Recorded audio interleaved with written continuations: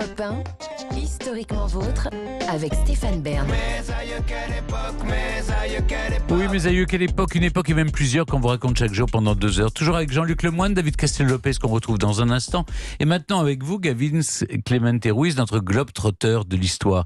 Ça s'est passé dans le passé, on reste en Angleterre, on remonte au début du 19e siècle à Londres, lorsque le London Bridge, qui enjambe la Tamise face au quartier des affaires de la City, vers le sud de la ville, pas loin de la Tate moderne, vient d'être construit, ou plutôt reconstruit, n'est-ce pas ? Et oui, Stéphane, parce qu'au début du 19e siècle, ce pont de Londres, il était tout en bois, avec des constructions, des habitations dessus, mais le temps, le climat, la pluie, oui, parce que parfois il pleut en Angleterre, ont eu raison de ce London Bridge en bois.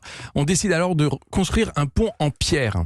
Et le 1er août 1831, on inaugure le nouveau pont de Londres. On le flanque de chaque côté de beaux candélabres. Alors, les candélabres, j'ai vu, ils avaient été obtenus grâce à la fonte des canons de Napoléon. Un pont solide, puisqu'il résistera au bombardement de la Seconde Guerre mondiale. Mais peu à peu, à nouveau, les progrès techniques, les voitures de plus en plus lourdes, la multiplication des transports aussi vont faire que le pont de Londres s'enfonce dans la Tamise 3 cm par an. À l'est, bientôt 12 cm plus bas qu'à l'ouest du pont. Bref, il faut le changer. Oh my God, alors on le consolide donc. Non, les Anglais vont construire un tout nouveau pont. Et vous allez me dire, mais qu'est-ce qu'ils vont faire des pierres de l'ancien pont ? Mais oui, qu'est-ce qu'ils ont fait des pierres de l'ancien pont ? Parfait. C'est là que ça devient intéressant, Stéphane. À la même époque, aux États-Unis, entre la Californie et l'Arizona, vit un certain Robert P. McCulloch. C'est un industriel richissime. Il est propriétaire de nombreuses entreprises dans différents domaines. Alors, il fabrique aussi bien des compresseurs centrifuges que des moteurs de bateaux, en passant par les sous-marins, les avions, les voitures. Ah oui, un très riche industriel. Ouais, un peu mégalo aussi, Jean-Luc. C'est comme ça qu'il a eu l'idée un peu folle de créer une ville, tout simplement, d'un claquement de doigts, ou presque. Où ça ?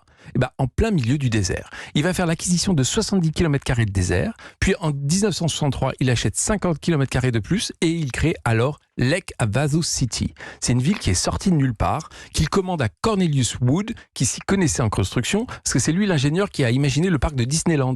Alors il va faire des boutiques, des maisons, des usines, des routes qui vont pousser comme ça en plein milieu du désert. Bref, tout ce qu'il faut pour abriter une vraie ville avec de vrais habitants. Et ça marche ? Il réussit à y attirer les gens ? On est quand même en plein désert. Hein. Il fait pas mal de ramdam pour attirer les kidam. Il offre même des billets d'avion aux volontaires qui peuvent venir. Il fait de la pub dans les journaux.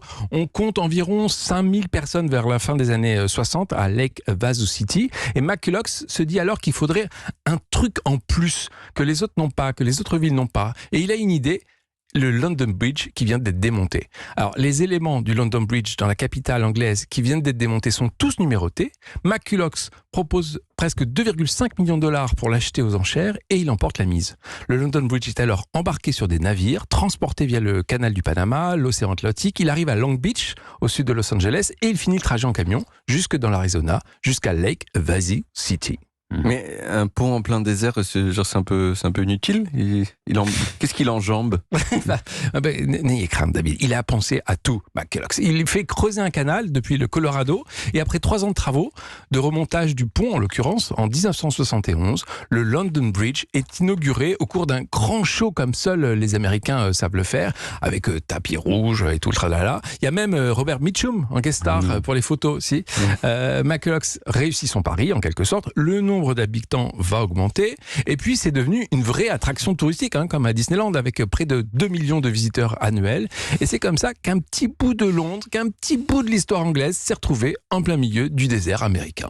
Impressionnant. Merci Gavin pour cette histoire vraie du pont de Londres démonté puis reconstruit à la fin des années 60 aux États-Unis. Mes aïeux, quelle époque. Allez, dans un instant, c'est le début de la fin ou le début tout court. Avant de partir, on remonte aux origines avec David Castel-Lopez. On repart à Londres et cette fois on y reste, mais le Londres qui existe toujours avec Big Ben, son symbole.